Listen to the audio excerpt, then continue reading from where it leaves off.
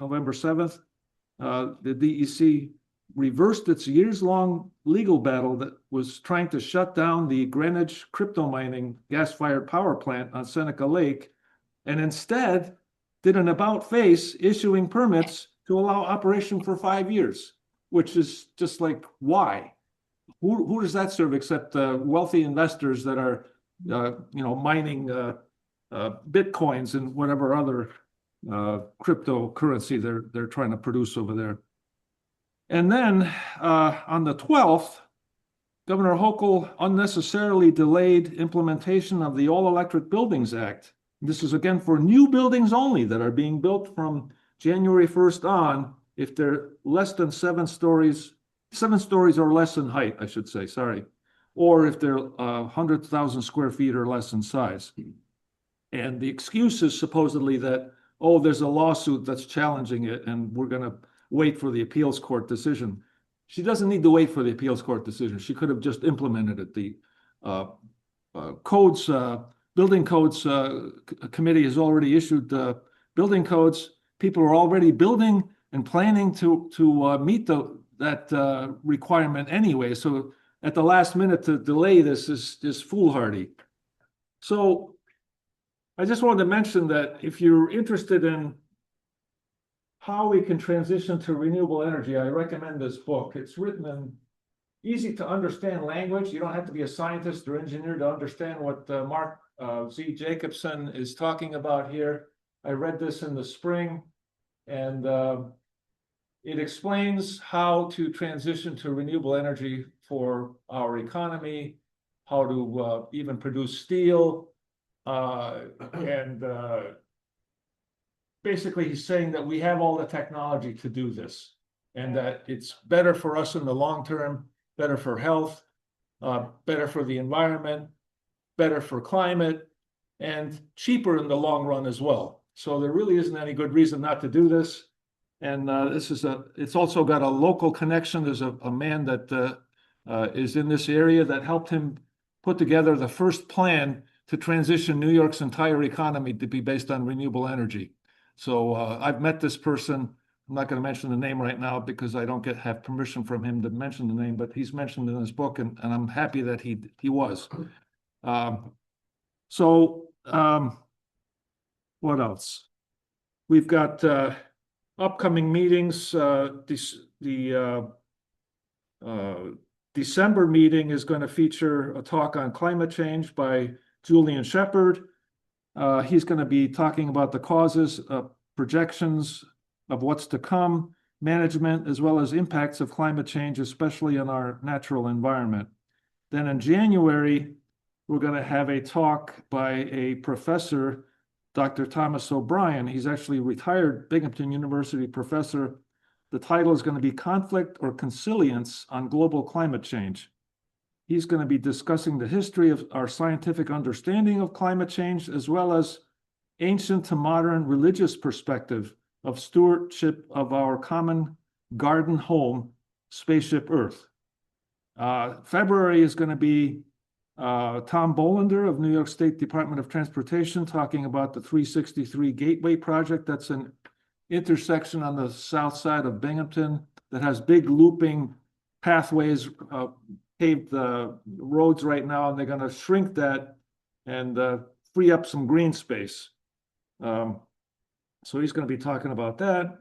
And then March is going to be Gardening is for the Birds, and that's going to be by Karen Anderson and Sarah Hodder, who are both master gardeners. So that's what we have coming up. And then with that, I want to introduce Scott. People that are members of our Susquehanna group for a long time will know who Scott is. He used to be the chair of our group for 8 years, and he's been serving even longer than that on the executive committee for over 15 years. He's also been involved with the New York Water Sentinels and coordinated a Vines Community Garden for over 10 years. He currently serves as our political chair and outings chair for the Susquehanna group, and he's been a committed helper and coordinator with the Susquehanna Group sponsored Move Out project. He was also on the city council as an appointed member of the Commission for Conservation of the Environment for the city of Binghamton. He's a graduate of Binghamton University and is retired from IBM. So Scott's going to talk about Bryce Canyon and National Park Service threats to that entity, as well as cuts that have already happened. So thank you, Scott, for agreeing to give this talk, and thank you for volunteering, and Kathy too, at volunteering at Bryce Canyon. So thank you very much. Thanks, everybody, for coming, and nice to see everyone here and out in Zoom land as well. I know they're coming from all the way from California. Ellen Jones is joining us from there, and all the way from Town Line Road in Maine and wherever else. So this is going to be pretty informal. So if you have questions, it's okay to ask them anytime. Kathy Cronin and I have been to Bryce Canyon volunteering 3 different times, and this picture was from 2009. That was the first time we went out and did some volunteering. We were there for 5 months during the warmer part of the year. Then we went back again in 2014 in the winter for 6 weeks, and then we were just there this past February and March for the 2 months. And we visited it other times as well. So we love this place, and hopefully you can see why as we go through a few of the photos to show you. And just a couple things about the park. It was established in 1924, and there's about 2.5 million people that visit it annually on average. The numbers, I don't know if they're up this year with the shutdown, but they were up pretty good when we were there. March was a very busy time. It was spring break, and we didn't really have enough staff, so we were pretty busy with a lot of junior rangers. Anyone know about junior rangers here? All right. Oh, and I meant to ask, who here has been to Bryce Canyon by a show of hands? Oh, lots of people. All right, great. I'm sure Zoom the people as well. So keep me honest with what I have to say. Kathy will too. I'm gonna have to ask her on occasion to chime in. So let's continue. And I can make it, go for it. Okay. So Utah in general is a geologist paradise. So they have mountain ranges, canyons, odd rock formations, arches, buttes, volcanic forms, rock layers, and tilted tectonic plates and more. So it's like no other place you'll find on Earth, really. And you might think you're on another planet when you're there. And I'm talking about in southern Utah in general. And there are 5 national parks in southern Utah. I got to get rid of this little line here. Let me try. There's a down arrow. Does that do it? Ah, I don't understand why that line has to be there. Do you happen to know, Christina? I thought there was a little down arrow, but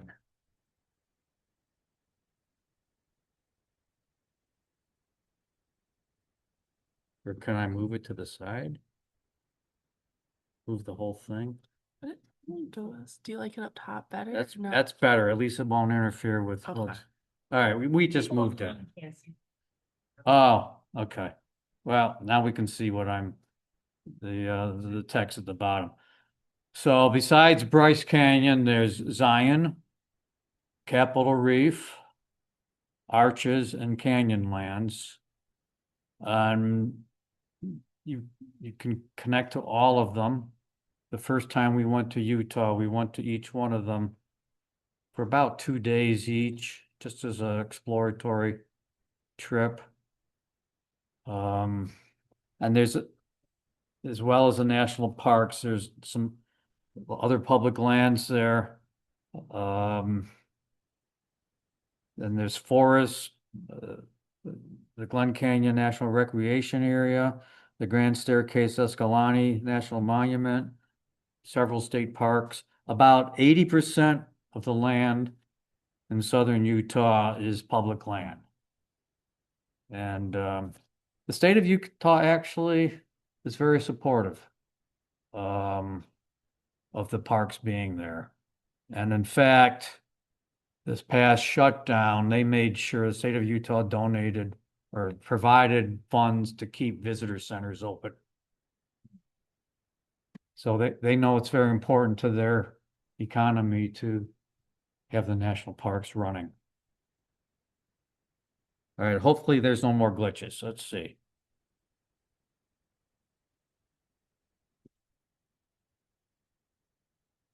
For some reason, my advancement thing's not working very good though. This is how, maybe the space bar will do it. Yeah, space bar will work. So, how about the Bryce Canyon Resort? Anyone want to stay there? It's a little rustic, yeah. We just got a kick out of the sign being where it was. We went when we were back there this past time, but the little shack was gone. How sad. But the sign was still there. There is a place called the Bryce Canyon Resort. Just outside Bryce Canyon. It's Bryce Canyon City, they call it. There's motels, and the big one is Ruby's Inn, but there's a few others as well.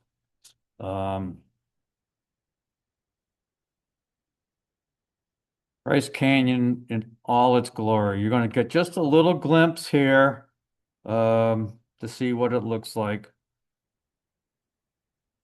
But we'll show you some more scenes real soon.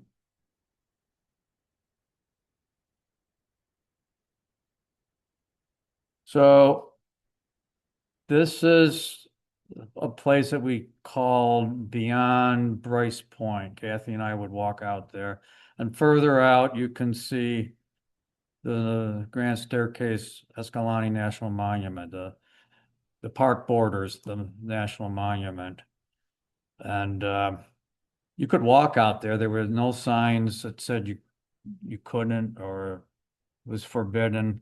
And if you're in parks, if there's no sign that says you can't be somewhere, then you can go. There's lots of places you can do that.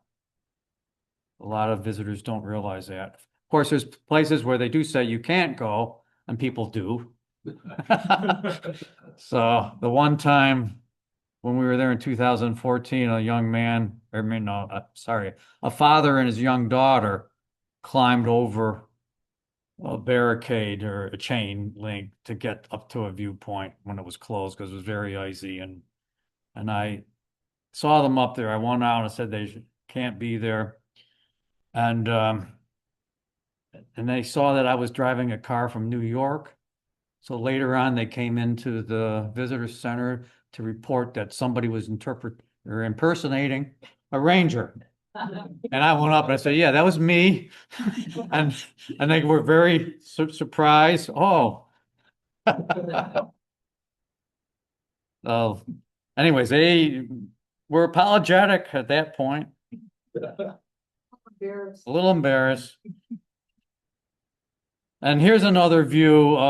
You look out over the Grand Staircase Escalante. This is a pretty point that we're seeing. It's a little further outside of the main part of the park. So the Grand Staircase Escalante is massive. Bryce Canyon is not that big of a park itself. it has a road that's 18 miles and it's only a mile or two wide all along it. So it's a rather small park. And you could see it, at least the viewpoints, easily in half a day. So a lot of people just do that. It's a popular thing for buses to come in because they're trying to see all the other parks in just a few days. So they'll come in for a couple hours maybe and just take their bus loads to the viewpoint. Whoops. I told you I wasn't going to mess up, but I did.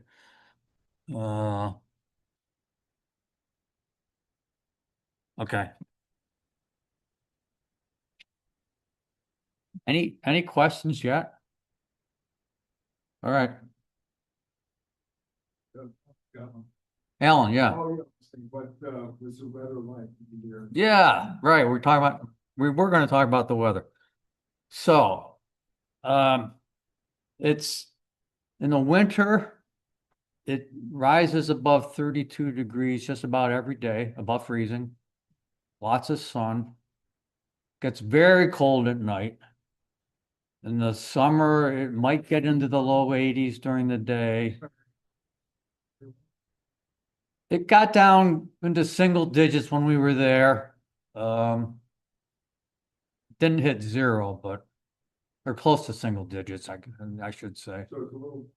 Here. Well, because during the daytime, it's probably on average warmer than here. They do get some snow, but not a real lot. Some winters, yeah. We'll see some snow in some of the slides. It gets a lot of sun. I like winter when it's at its best, where the snow is nice and you can play in it. Kathy likes sun, so we each got a little bit of that. In the summer, yeah, it gets maybe into the 80s during the day. At night, though, it could drop down into the 40s, even during the summer. So it's between 8,000 and 9,000 feet in elevation. Because of the elevation, it's not going to be as hot as a lot of southern Utah. Southern Utah is, in general, when you're lower elevation, much hotter in the summer. Like Zion, which is only an hour and a half away, routinely they'll be in the 90s during the summer. Maybe hit 100. Maybe they'll be 90 at night when you're trying to sleep in your tent. But Bryce Canyon has got a whole different climate. Scott, Julian wants to know what's the altitude. Yeah, the altitude is between 8,000 and 9,000 feet. So it's rather high. The 9,000 foot is at the far end of the park, which is the southern point of the park. And that's called Rainbow Point. And you might feel the altitude when you're there if you're not acclimated. So you know about that, altitude affects you. You feel a little funny until you get acclimated. It takes a few days. Two famous hoodoos, and we'll talk a little bit more about hoodoos. The one on the left is Thor's hammer. The one on the right is Queen Victoria. So do they look like they're properly named to you? Yeah. And yeah, people come in and they always want to know how you get to. All right, that's why I brought the.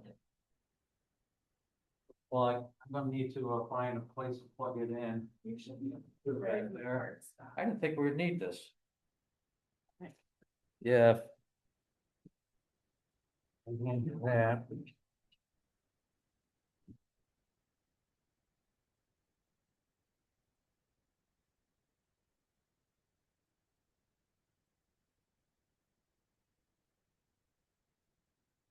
Okay.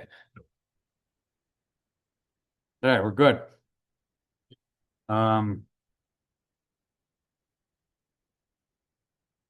So hoodoos, we'll talk about that real soon. Here's a whole bunch of hoodoos, and it's also a hell of a place to lose a cow. Bryce Canyon was named after Ebenezer Bryce, and he was a rancher and farmer, and that's what he said.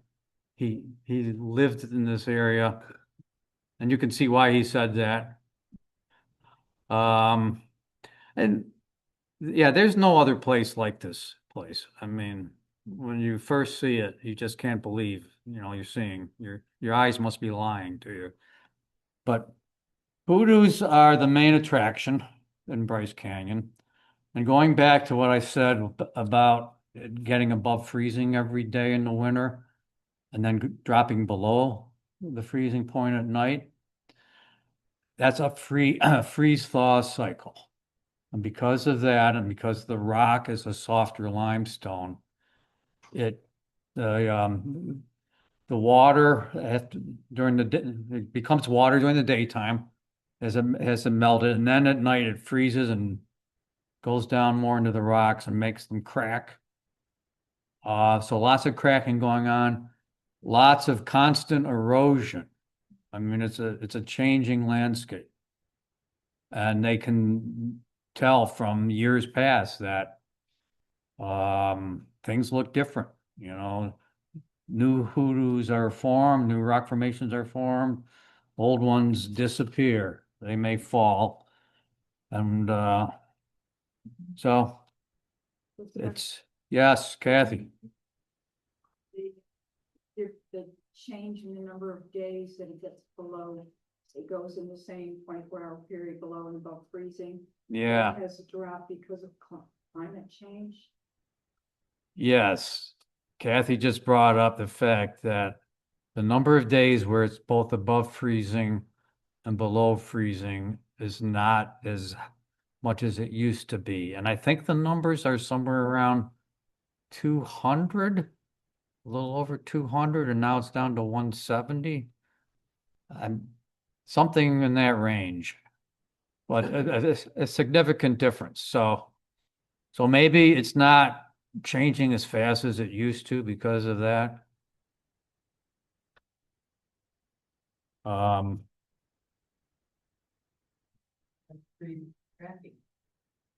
Yes. It's cracking, the freezing will be cracking the rocks, yeah. And one of the other famous structures there is called the Chinese Wall. And eventually they'll become more individual hoodoos here. Right now they, look more like a wall. You can see that there's some openings. You can see there's some things they call windows that open up between or inside a structure. But in several years, that will look very different.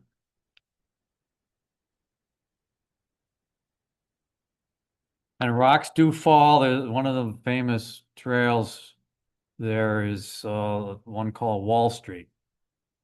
So they close it every winter because it's more likely to have rocks falling. Yes, and people do try to go up through there even though they see a closed sign. And this is climbing up it. This was not closed at this point, though, so. Accidents happen in national parks, deaths happen. And the Park Service, deals with that on a fairly regular basis. When we've been there, there's been a few, not a lot. It doesn't happen there every day. Some parks like Grand Canyon, a lot more problems, people needing to be rescued. This past winter, though, it was after we were there, a couple fell to their deaths, but their cat survived. The cat was in the backpack. But they had climbed over an area that was closed. And yeah, it was nighttime. Don't know what they were doing. They weren't really young people. They were like around 50. There was another time when we weren't there a few years back. A guy was skiing and went off the edge and fell to his death. So it's It's not a place where you have to fall though and die because they do a lot of safety precautions. There's viewpoints that are fenced off, the trails are wide. I mean, it does drop 600 feet from the rim to the bottom part. I mean, it's be some places, yeah, if you wanted to take a fall, you could, but you don't, there's no need to. No, it's not a requirement. No, not a requirement. There are sprained and broken ankles, which happened this winter when we were there, 2 or 3 of them. Because of the clay, and it has little tiny pebbles that are like ball bearings under your feet. And in the wintertime, the ice and the mud. Yeah. So Kathy just said most of the injuries are sprained ankles, or from the smaller falls, because it gets slippery with ice and mud. Yeah, well, So when a visitor first goes into Bryce Canyon, do people warn them, things to watch out for and give them a little idea of how to keep themselves safe? if they come into the visitor center, yes, a lot of them will ask about the conditions and we try to go over that with them. That was a role Kathy and I played.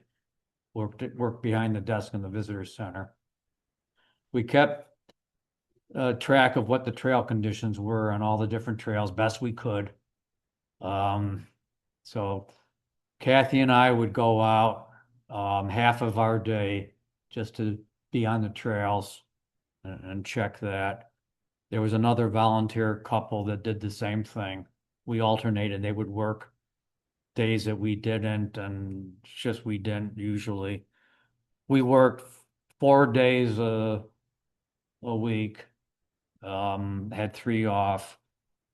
And as far as hiking conditions, I might as well speak to that a little bit. Doesn't get a lot of snow or precipitation in the winter, but all it takes is a little bit of snow and it makes the trails really nasty to hike on for a while. So typically in the morning, it will be very icy. And then as it warms up, it turns more to mud. So we were telling people, yeah, expect varying conditions. It depends on the time of day you're going to go out there. You can get a lot of mud caked up on your boots after it's called bentonite clay is what the soil is there, and it's very prone to getting very muddy and caking on your feet. Say that again, Kathy? It can hold like 30 times its weight in water. Yeah, We found that out from a potter who was at the park when we were. Scott, Jim asked what scoured out the canyons. well, there's a constant breaking down of the rock. And earlier I was talking about how the formations keep changing, but there's constant erosion. So, and I'm going to get to a good slide that talks a little bit more about the edge of the rim of the place, and I'll address that a little bit more at that point. I just have one more question online. Okay, what did you have to do to apply to volunteer? So back in 2009, we really had no experience. I guess we kind of lucked out. We just said we'd like to work or volunteer at some place, and we went on a website called volunteer.gov. And there's all kinds of volunteer opportunities out there, not just with the national parks, but with the other agencies in the federal government, like the Forest Service and the Bureau of Land Management, even state park jobs you can find out there. And there was an opening. And so for Bryce Canyon, we said, oh, let's apply there. we were just outdoors people, loved hiking, loved being out in the outdoors and exploring. And sent in our application with some references. And they hired us based on that. So maybe they were desperate because they also hired another woman who, when she got there, said, "Oh, I can't be outside in the sun." So anyways, they found something for her to do. She worked with kids indoors. All right. So right now we're looking at Bryce Badlands. And there's like a varying scenery you'll see here. And this is where a lot of these wonderful trees called bristlecone pines are. And bristlecone pines are elsewhere in the park as well. The oldest one is out near Rainbow Point. It's still standing, but it's dead. But it's still standing.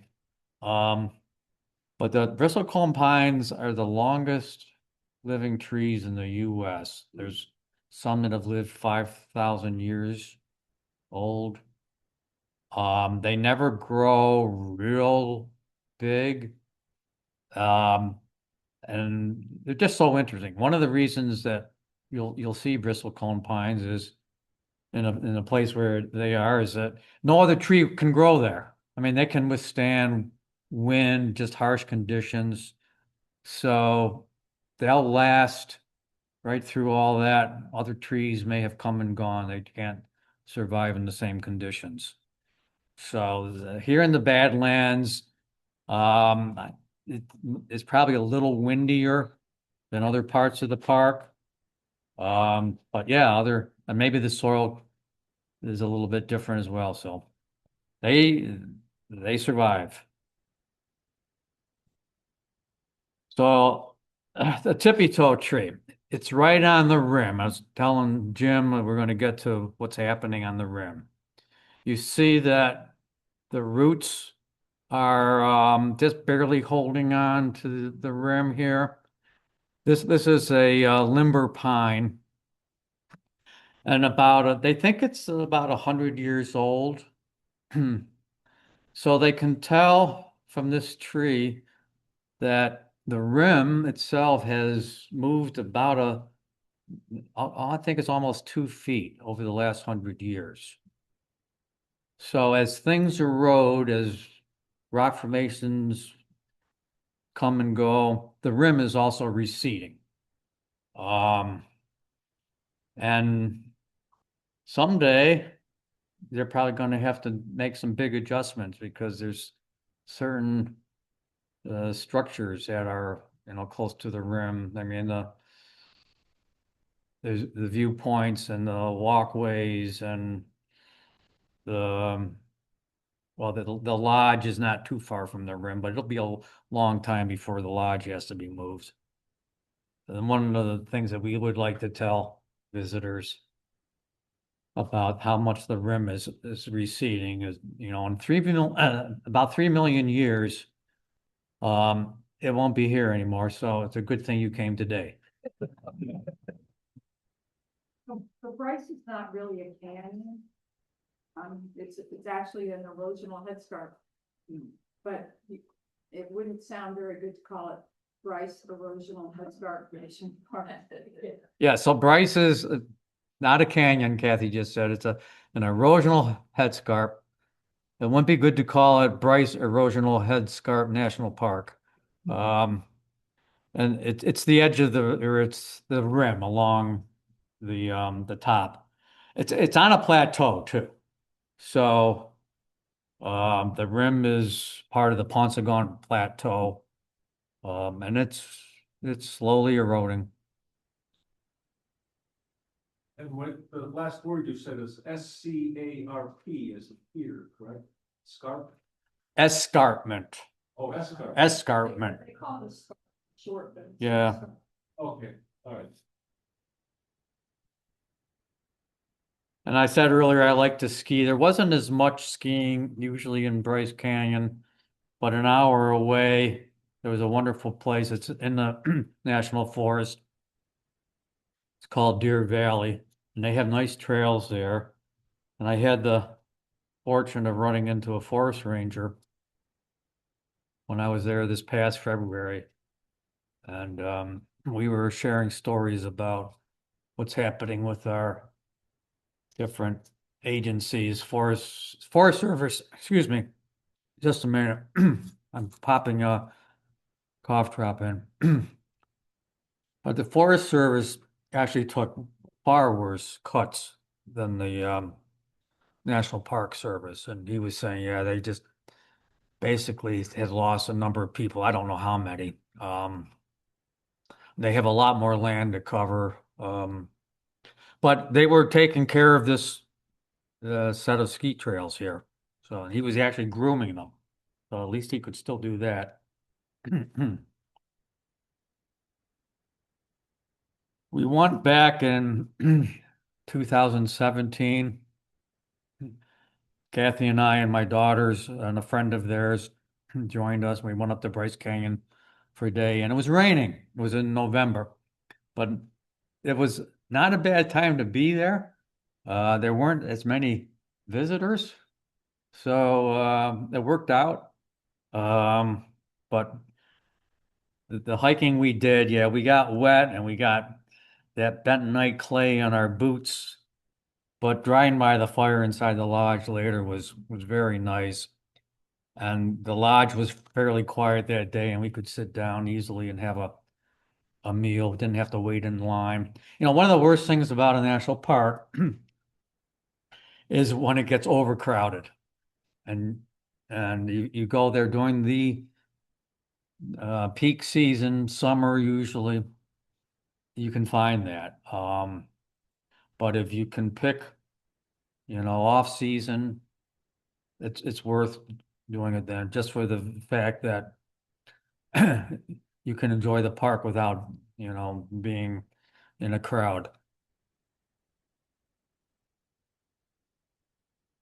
There's a scenic Route 12 that winds all through this area. In fact, the earlier map I showed where you can go from Bryce Canyon up to Capitol Reef.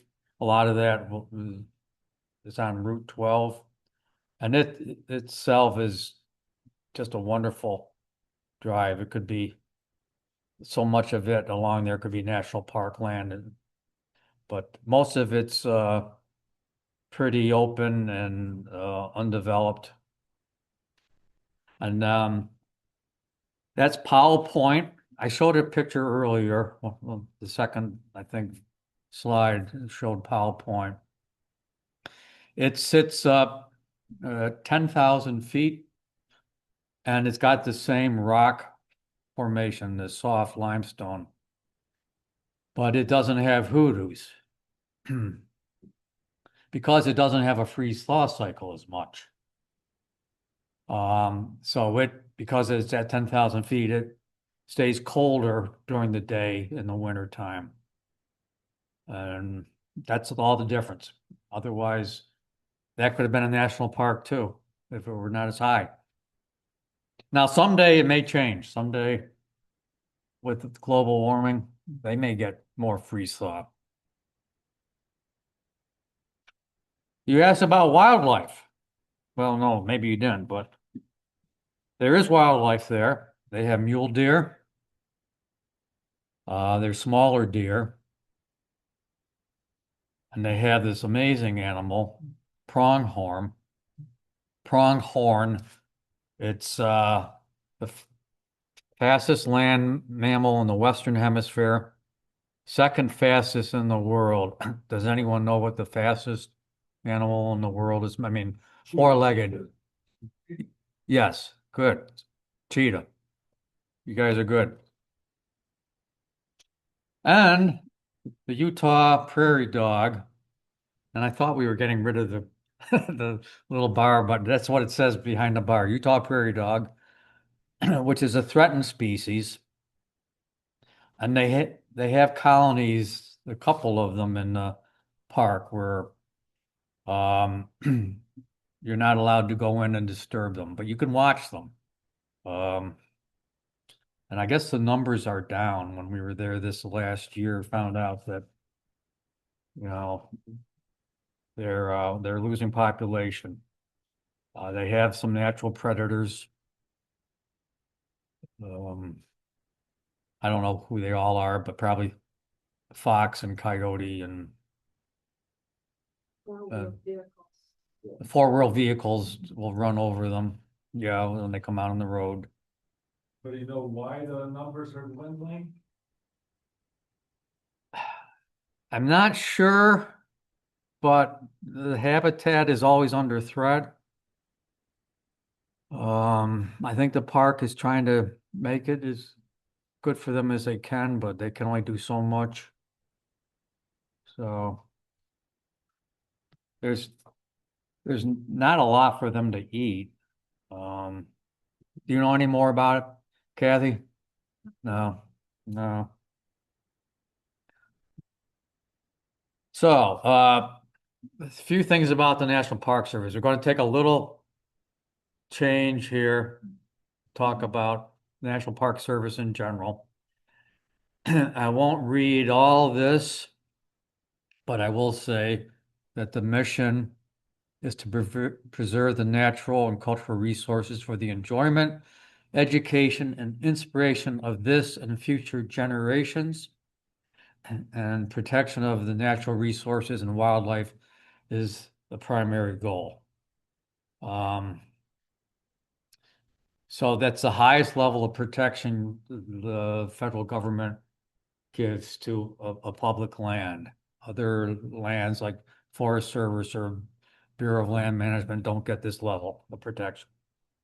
Because you can do certain things in those places like mine or cut trees, but in the national parks, you can't do those. And you can't shoot wildlife in the national park. Shouldn't surprise you, but I said earlier that national parks create a massive economic return. There's in 2024, over 331 million people visited. They had more than 20,000 employees. That number's now down because they're facing 25% cut. It's under the Department of the Interior, and they do a lot of research and education there. So they have scientists that work. They have various studies that are going on in different national parks. They definitely keep track of the wildlife, but these are back office jobs, and those are the people that probably are most likely to be cut. So that will mean that, somewhere in the future, there won't be maybe as much of a protection for the wildlife there or the resources. Questions? There, sure. Alan. They have like educational talks there to go with the public. They do have educational talks, ranger talks. Kathy and I got to do some of those.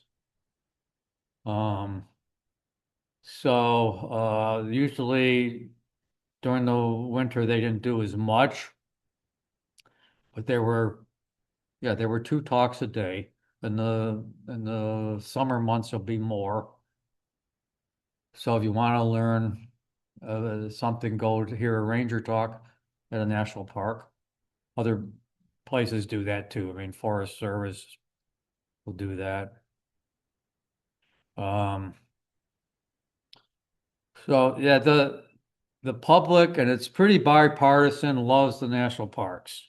It's not something that falls out if you're Republican or Democrat. I think Democrats, more progressive people, want to do more to protect them because they just don't take care of themselves, especially when you have a lot of visitors. You have to balance the visitation, allowing them to enjoy the park versus protecting the resources in the park. But visitors actually are second At least historically they have been.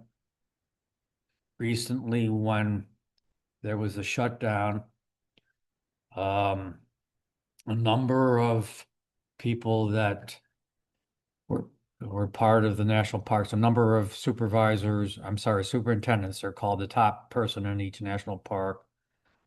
And a group called the National Park Conservancy called for closing the national parks because there wasn't going to be enough protection.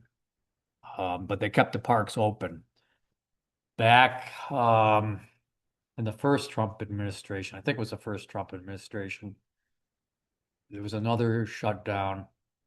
And at that time, the national park director, a man named John Jarvis, decided we're going to close the parks during the shutdown because we can't really protect them as well. People be coming in and doing things. But that wasn't popular, but it was the best thing to protect the parks. What percentage of visitors are foreign? Estimate? So Ed just asked what percentage of the visitors are foreign. I don't have an exact percentage number, but it's very popular with international people. At Bryce, you'll hear, especially in August, you'll hear a lot of French, German, Italian, Spanish, Japanese, Chinese. I think it seems like there were a lot more Chinese people this last time when we were there than the times previous too.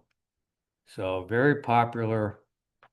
I wouldn't be surprised if it's maybe 20% overall, but I don't hold me to it.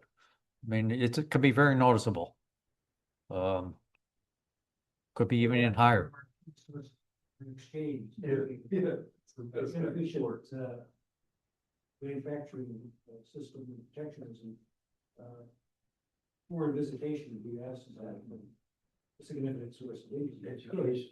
They don't lower their estimates of the budget. Right. Yeah, they are a significant contributor in terms of, them paying their entrance fees and all the other things that visitors do when they go to a national park. They need lodging and food. So yeah, they're important. The parks is there for them. The parks are there for them as well. We don't try to claim that this is only for Americans. And we go to another country, they have national parks, and we expect to be able to visit them too there. Spreads goodwill, Yeah, it does spread goodwill. It's giving a chance to show other people in the world what, one of the best things that we can offer. Excuse me. I mean, you've heard Ken Burns call the national parks America's best idea. So, Jim? and Sorry. yeah, Jim has a question. Yes. Are there organized tours with busfuls of visitors? Oh, yes. Many busfuls of visitors. Yeah.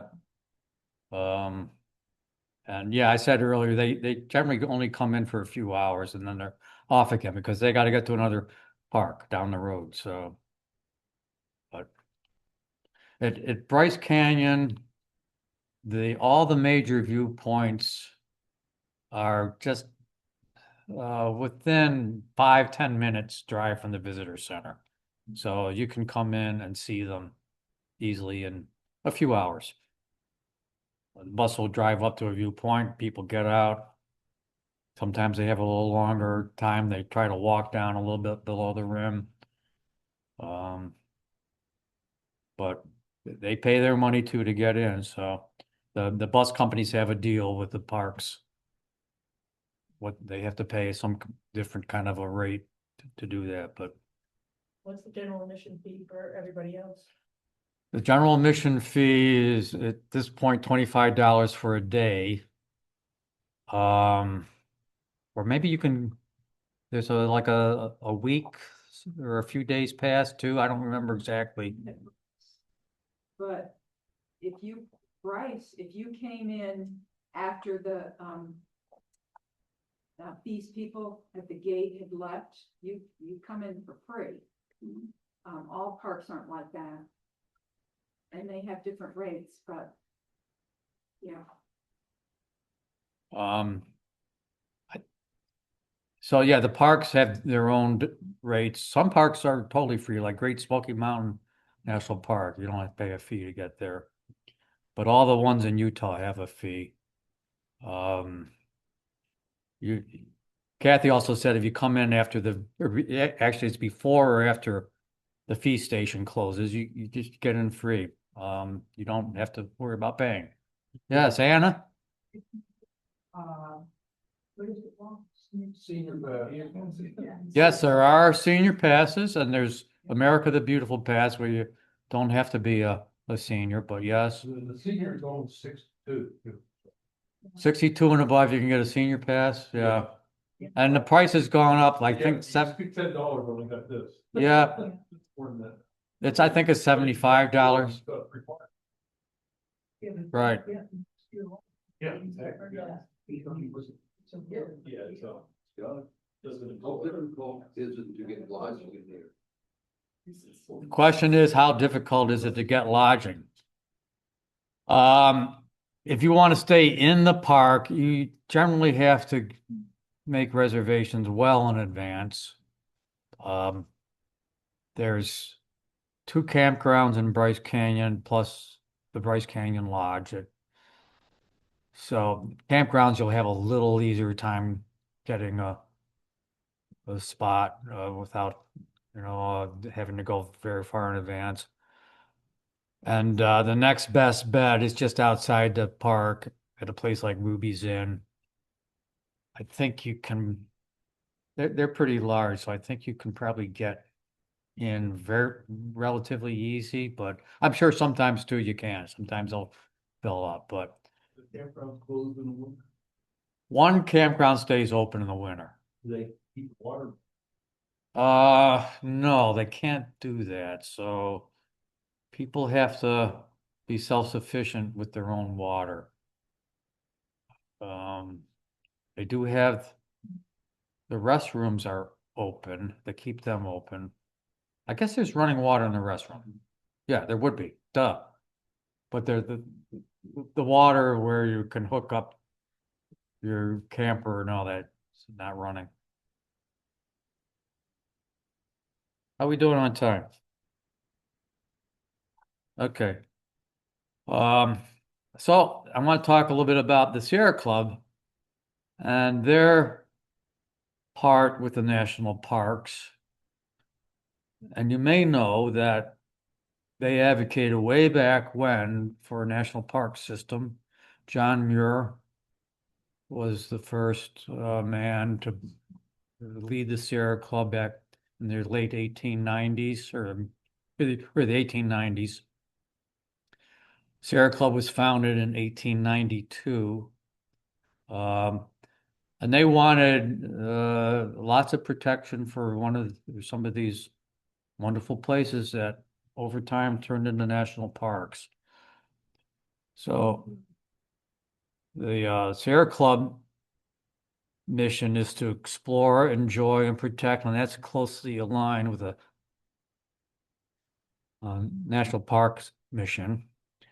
But because of environmental changes of the 21st century, it's felt by the Sierra Club that there needs to be a broader mission. So protecting biodiversity imperiled by climate change is maybe part of that. Long-term planning based on best available science is, I guess, somewhat evolving because we have to think, we've always had to think long-term, but especially with all the threats from climate change, maybe it's becoming more near-term than long-term, but parks, like glaciers are melting, more trees are dying or getting weaker and being suspect to infestation because of that. Things are happening with a warmer climate.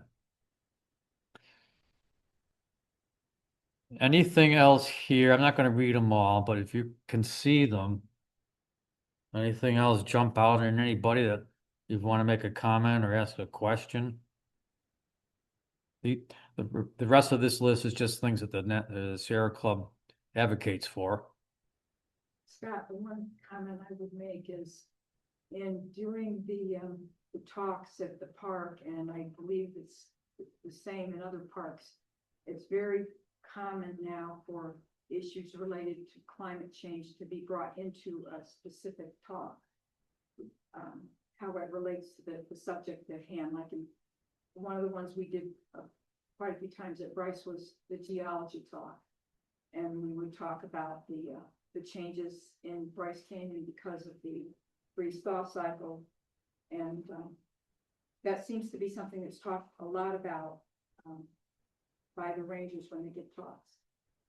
Yeah, there is more attention being paid to climate change. I think all the parks have to have some role in identifying how it's affecting their particular park. And they're still doing that, but you can be sure that that's going to get undercut by this Trump administration. They don't like talking about climate change.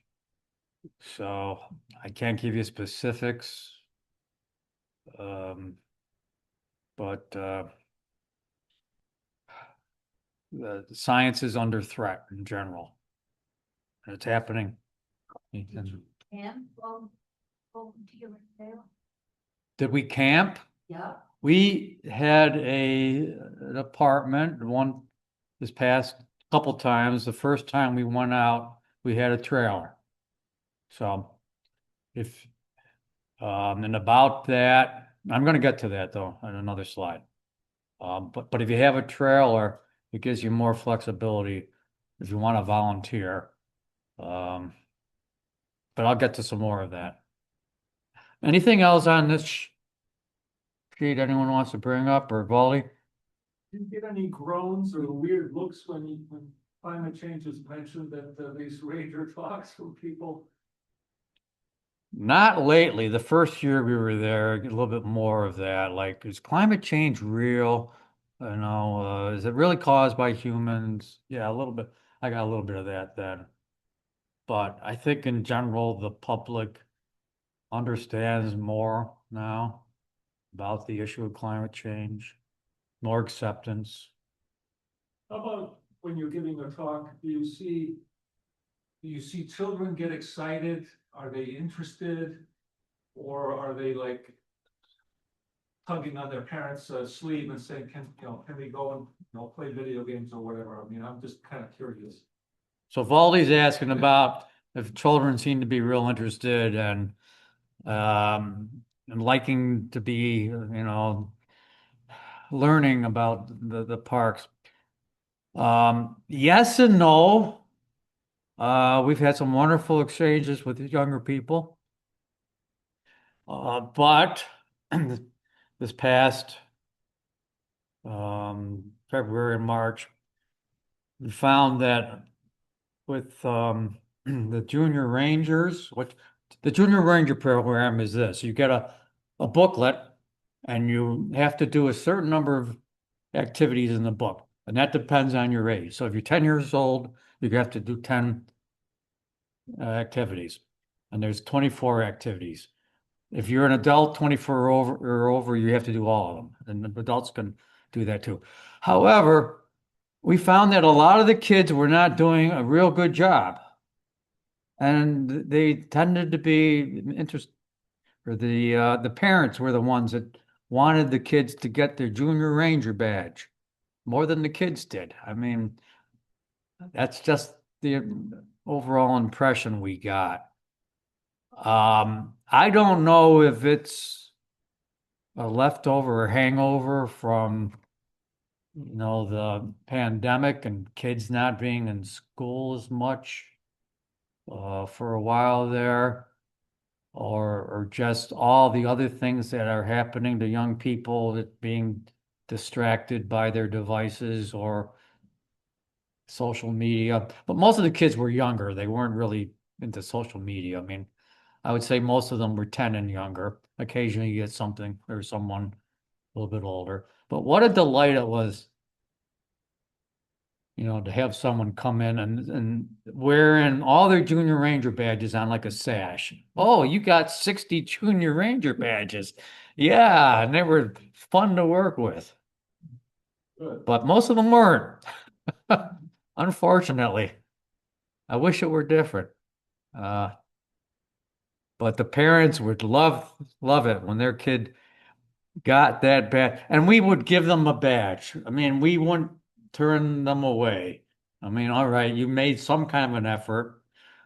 And there were some things though that we insisted, no, you have to either go into the museum or go over and see the park movie or there's still a ranger talk. You have to do one of those three things. It's right there in the front of the book. And so many times they didn't do that. Parents didn't even seem to know that they had to do it.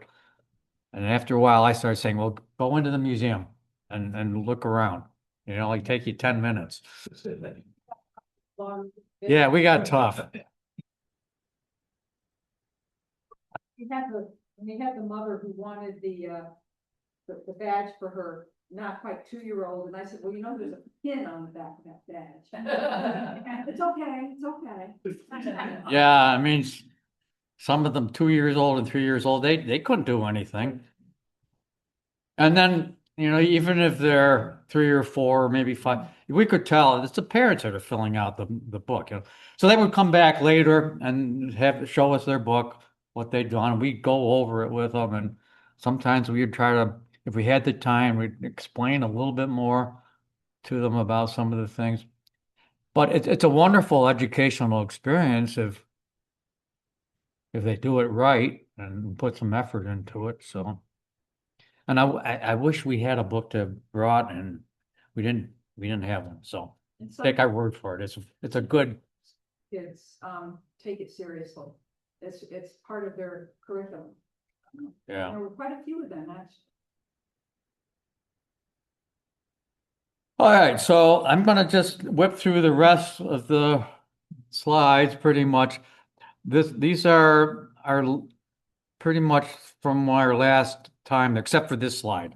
This is a slide that I got off the internet. I didn't take it, but the Paiute tribe was they didn't live at Bryce Canyon, but they hunted there. It was a hunting grounds for them, and people that in the nearby communities of the Paiute still come back on occasion and visit the park. It's one of their sacred places. And they make an effort to include them. The museum has a lot of good information about the Paiute people too. They were first there around the year 1200. But as you would expect, there were a number of tribes that lived in Utah in harsh conditions, and they were making a go of it well before white man came along. I wasn't going to get a lot into the Mormons, but the Mormons also came in the mid-1800s. Brigham Young led them there, and they settled all throughout Utah. Ebenezer Bryce and his wife were Mormons. There's Well, Mormon culture that's very noticeable when you're there, and they basically turned a lot of Utah from a desert into like these green oases, and they built these towns that you wouldn't think anyone would want to live in, but they greened them up and made a life for all their people. Brigham Young would order people to go settle another part of Utah and even beyond the borders of Utah. So, any questions about Mormons? Because we could talk, that's a whole other subject, or the Paiute. Both fascinating cultures that, they had an impact there. I have one quick question about Paiute. Are Paiute and other indigenous people are allowed to visit parks without having to pay if it's especially if it's considered one of their sacred sites? Good question. Valdi asked if the Paiute can visit without being paid. I'm sure when arrangements are made like with this, yeah, they didn't make them pay a entrance fee, but they have to make special arrangements. So, but otherwise, I think, yeah, they should allow them in all the time, but I don't think other than the special arrangement though, you probably do. That Pausagat Plateau is a Paiute name, the land of the beaver. So there must have been, when they named that, there must have been more water up there than there is now. Yeah. Pausagon Plateau means land of the beaver. Is a Paiute name. Yes, there used to be more water up there. Because beavers need water. Wonderful dark skies in Bryce Canyon. We were fortunate to go do a dark sky telescope tour. We saw the Milky Way really nicely. This isn't the picture that we took, but there's a one of the rangers, well, he's a retired ranger now, runs this company, Dark Sky Tours, and it's outside the park for far enough away where there's plenty of dark skies to view the night skies. So it's one of the nice things you can do in a lot of places where there's not a lot of light pollution. Lots of southern Utah, you know, you can find dark skies and other places out west. Bryce Canyon Lodge. So they just had their 100th anniversary. And we never stayed there, but we eaten dinner there. I showed a picture earlier of us by the fire inside the lodge. And the lodge was designed by a man, Gilbert Stanley Underwood. He designed a number of national park lodges. And back in the day, the Union Pacific Railroad was very much a part of bringing people to the national parks even before the automobile developed and before the roads were developed. But you could go on a train and get near the national park somewhere. Like for Bryce Canyon Lodge, you could go to Cedar City and then take some type of a coach to get up to Bryce Canyon. But Bryce Canyon, though, was pretty much after the development of the automobile. So, but the train didn't run right to the park. But various coaches, motor-driven coaches, could get people up there. But before that, other parks, you know, it would be a horse-drawn wagon. But without the Union Pacific's involvement, there wouldn't have been as much of an early interest in the national parks. So we did some good hiking this past time we were there. There was snow that would come and go. The snow actually blends in nice with the scenery, the red rock and the green trees. This was on a trail called the Peekaboo Loop. You can see the sky gets nice and blue and bright. This is another part of the Peekaboo Loop. And tight squeeze. I can't remember what trail this was, Kathy. But it was a fun picture, so. And then the apartment. So there was a question earlier about where we stayed.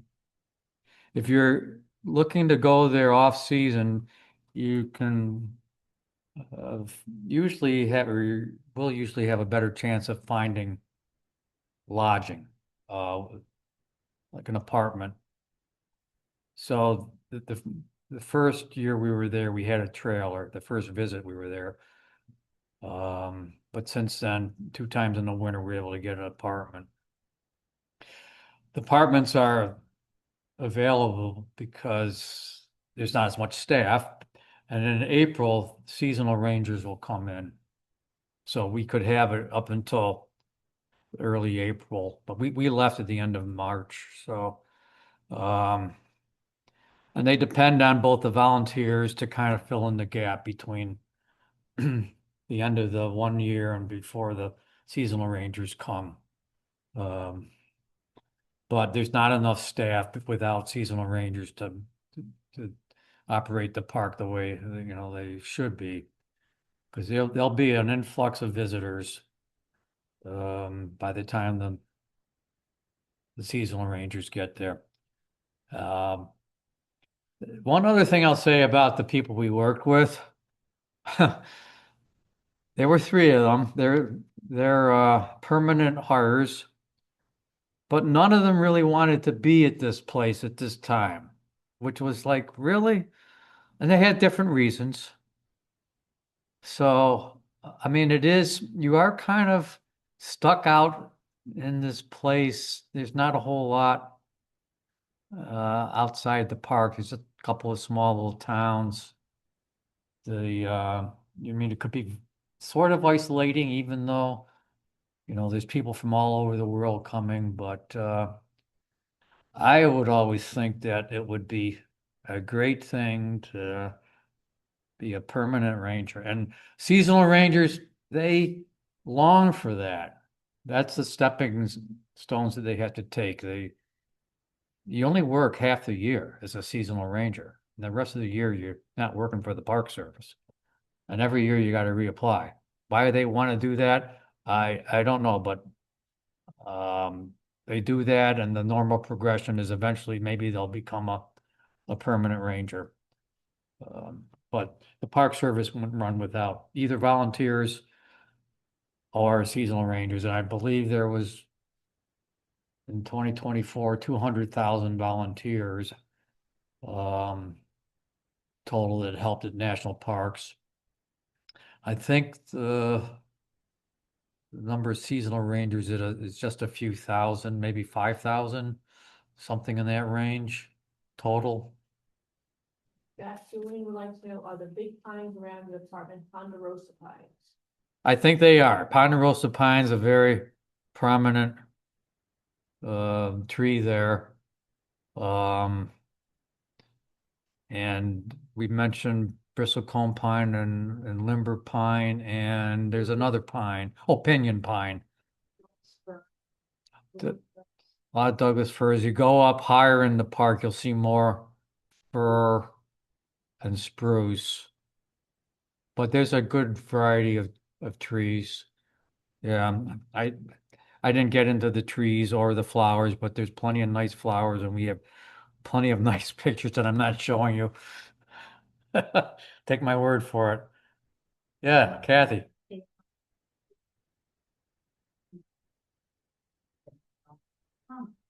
Many have find seasonal work for national parks and non-islands during the winter in southern areas. And some of them are successful. So they change locations. Yeah. So many of them do end up having a full-time job, but they have to keep applying. And they switch, they move around if you want to, which is great. You're young and you don't have an anchor, what wonderful experience. Yeah. Yeah, Kathy Harassa was just saying that they know of seasonal rangers at Cape Cod National Seashore that can find work in the winter and more in the south. And yeah, there are places in the winter that's probably their peak season. Don't go to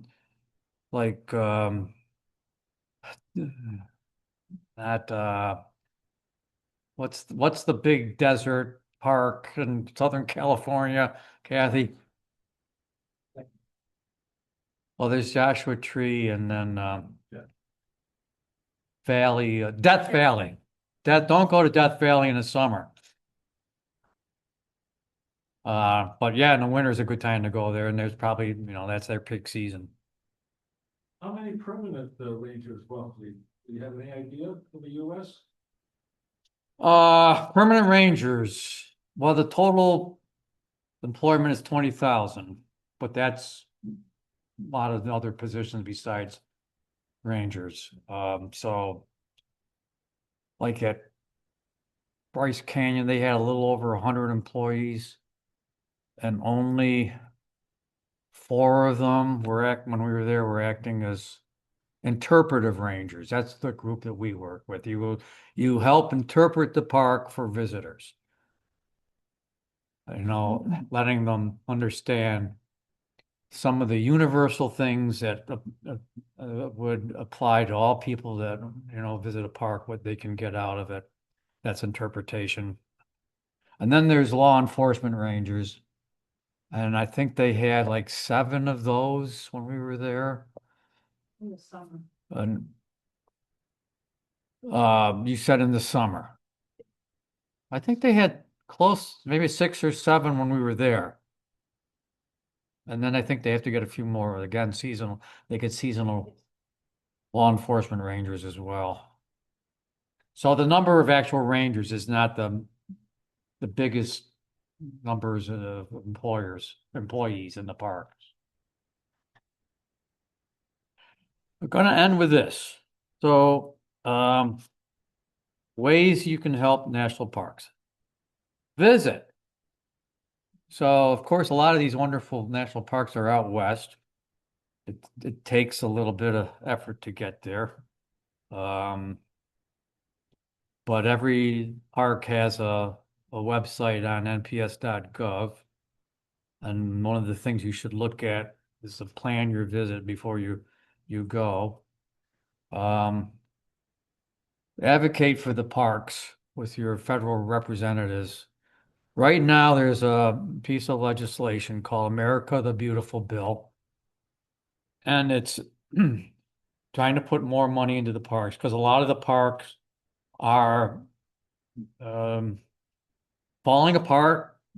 There's a need for an infusion of fixing things up, and that's going to take money.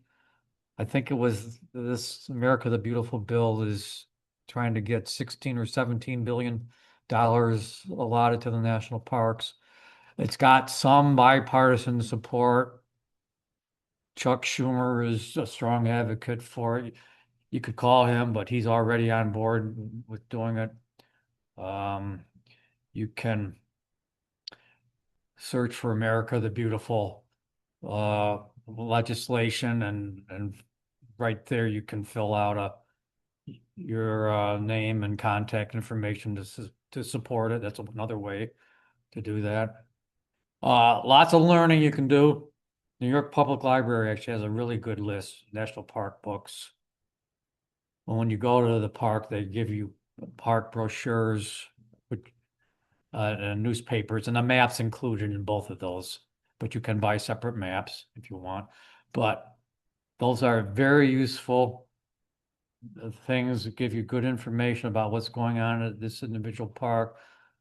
And earlier, I think it was you, Valdi, asked about, do people get told about, needing, or what safety issues there might be there. And yeah, the literature that they give you has that in there. I mean, you don't have an excuse if you don't either look at the literature or go into the visitor center and not know that, there's some things about you have to be careful of, like, wild animals. You don't go up and try to feed them. People do. And then there's some great films. We all know about Ken Burns and this National Parks series. There's a number of good video and interpretive films through the National Park Service, and YouTube has all kinds of good videos out there. You can volunteer. So we've done it. They generally want you for an extended period of time, but you can find week-long volunteer stints in a national park. If you go to volunteer.gov, you can look it up. Or if you're at Cape Cod National Seashore, you can go to the visitor center and say, how can I volunteer? And they probably will tell you. Yeah. Donate. There's a good partner for the national parks called the National Park Foundation. They're a nonprofit. And they run the concession or the bookstores, I should call it, when you're at the national park. And then they'll take donations and they provide some of what they collect to different projects within the national parks. The National Parks Conservation Association, I tripped over that name earlier, but that's the name. They advocate for keeping the national parks running and providing enough funding. And finally, there's the Sierra Club Foundation's Wild America campaign. The Sierra Club Foundation is the nonprofit arm of the Sierra Club. And if you donate through them, it's a tax deductible. And you can do it just to the Wild America campaign. If you don't want to make contributions that might go to political things or lobbying efforts, which are good too, but this is a specific to helping wildlands, the national. Society, which was actually founded by some of the people from the Adirondacks. The Wilderness Society. Will you tell us, Mary? What about the Wilderness Society? I mean, like a couple of guys from, I can't think of all their names. I think Bob They're Bob great. Marshall. Marshall. Yeah, thank you. Yeah. His father went to Adirondacks all the time, and he went to school at, but not SUNY ESF, but the, Ranger School. He was, he went to school. No, the Ranger School, there's from SUNY ESF, it's in Adirondacks.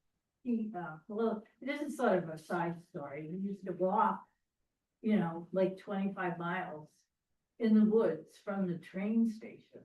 Because nobody drove to the Adirondacks back then, I guess, so he did. He took the train from that, and he ended up near Tupper Lake, and then he walked all the way to Cranberry Lake. And So, Mary, people out in Zoom land aren't catching all of what No. you're saying, unfortunately. But they started it, and Howard Donheiser, he was one of the wilderness, he did the Wilderness Act in Washington. This goes way back. Yeah. But he was also an Adirondack guy, and he started the Wilderness Society. That whole group did. I think the Wilderness Act was 1964. Yeah, Before. right, Yeah. right. And a lot of the parks today follow Wilderness Act as much as they can. There's some, usually in every park, there's a section that's designated wilderness. Not all of it, but and wilderness basically is you leave it untrammeled by man or woman. You want to make it so that you won't even know humans were there. You can go there into wilderness, but you don't want to leave a trace of humans in any way. I mean, even With trails. well, there's trails, yeah, and things like cairns. That's a trace of humans. I mean, real purists will say you can't have that stuff. I'm not a real purist. I mean, I think if cairns and trails help you survive or not get lost. The impact of man. Okay, thanks. Rich just said the impact of man is substantially unnoticed. That's a good way to. The theory of the Adirondack Park.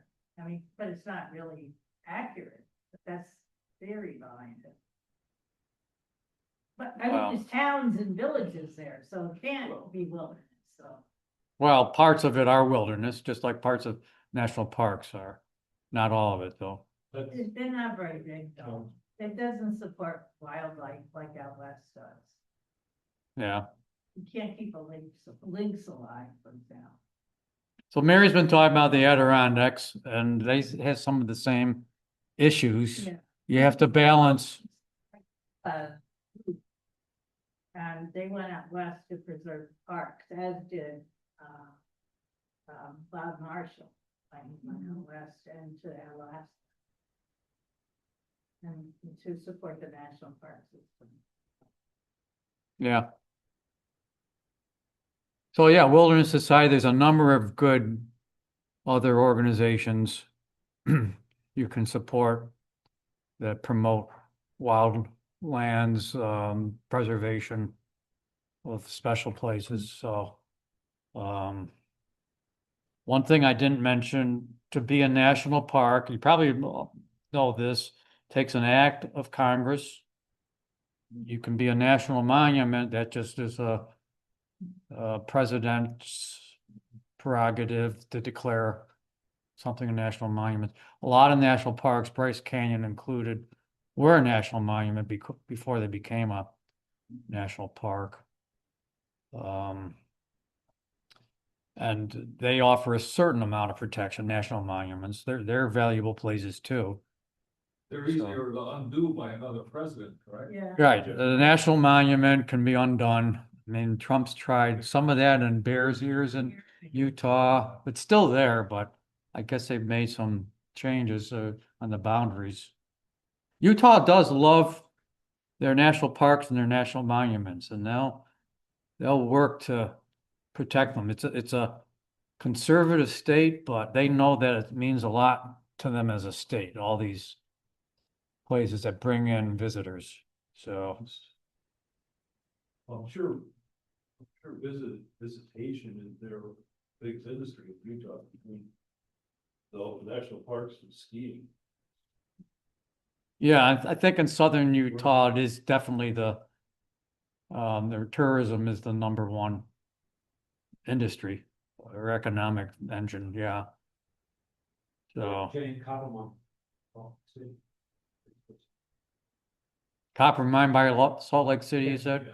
probably. Yeah. Hmm. He was. The copper, 12.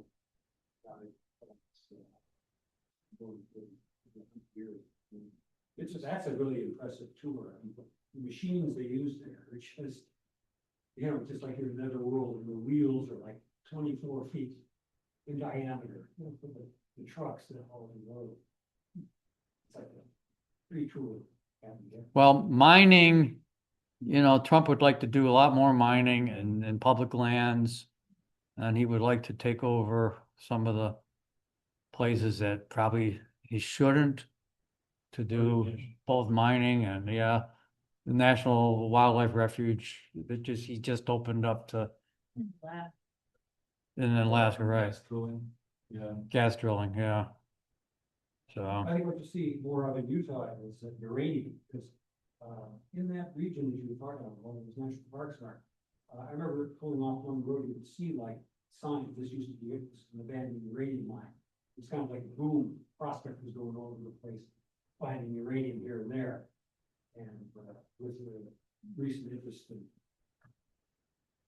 nuclear energy, there's probably no pressure. yeah, there's gonna be more pressure, for sure. There much left. I'm not really sure, but I think there probably is, it's the kind of deal that it wasn't economic to get, for cheaper sources that ban mines, but that doesn't mean that